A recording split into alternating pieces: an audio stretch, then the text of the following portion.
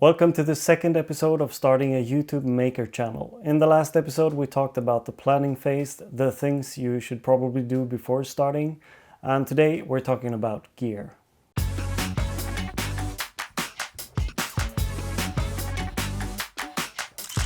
To make this easier, I made a list with 4 things you should get before starting. But before I go through the list of items, you don't really need anything to get started shooting. A smartphone will do just fine. Now the first one is lighting. I know that the first thing you think you should get is probably a camera, and we'll get to that later. But for now, let's talk about lighting. To be able to shoot video with good quality, you need good lights. Right now I'm using a number of different kinds of light. I'll have links to everything I'm listing down below. Now the first thing I got were 2 of these really cheap lights, and I wouldn't recommend them, but they're better than nothing. So when you're looking for lights, the main thing you should look for is that they're marked with daylight. Otherwise you will get that yellowy light that you don't want. Now I'm actually using a light called the Godot SL150 Mark II that I have right in front of me, and also behind me I have another light from Godot which is a bit cheaper that is kind of lighting my head back here. Now the main thing about lighting is to get a good color profile, no flickering and no yellow light, and the better your lighting is, the better the video will be. Now the second thing on the list is audio equipment. There are a ton of different things to choose from, and it mostly depends on your budget. The microphones on the smartphones usually aren't that good. Also means you have to be kind of close to your phone when you're recording.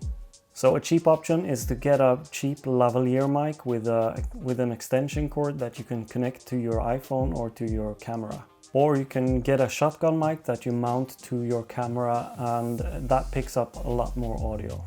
In my case, I'm using a wireless lavalier mic from Sennheiser, which I have mounted right here on my chest. And that means I don't have to be close to the camera to record. With a shotgun mic, you can mount it to the hot shoe of your camera, and it is directed, so it's going to pick up the audio that is coming from in front of the microphone. So this one is a pretty cheap one. It is called the Rode Video Micro, and it comes with a dead cat, which is great for recording outside.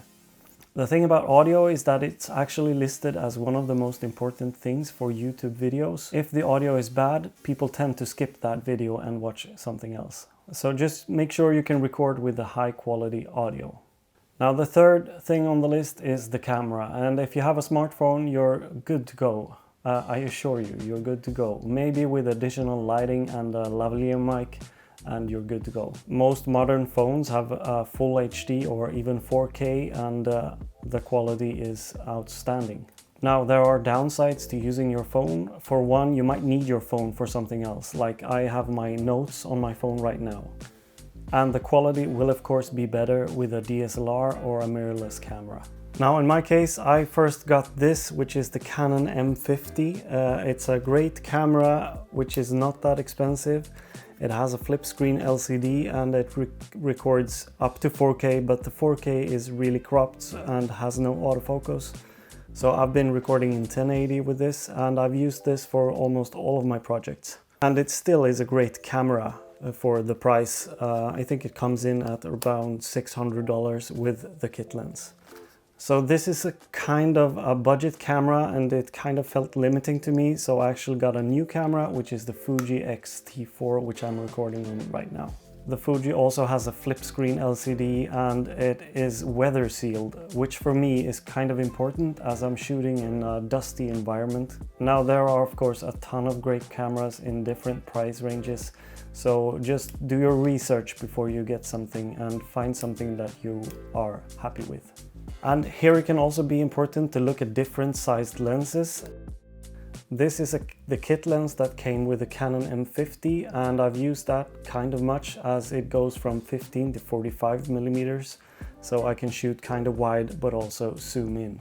Now for the most part I've been shooting with the Sigma 16mm 1.4 for the Canon M50, and that is a great lens. It is wide enough to capture most of the things I do in my workshop, and it also has this really high aperture. Now the next thing on the list and the last thing is software and services. For video and photo editing, I'm using Premiere Pro and Photoshop and Lightroom, and I've been using that since the start.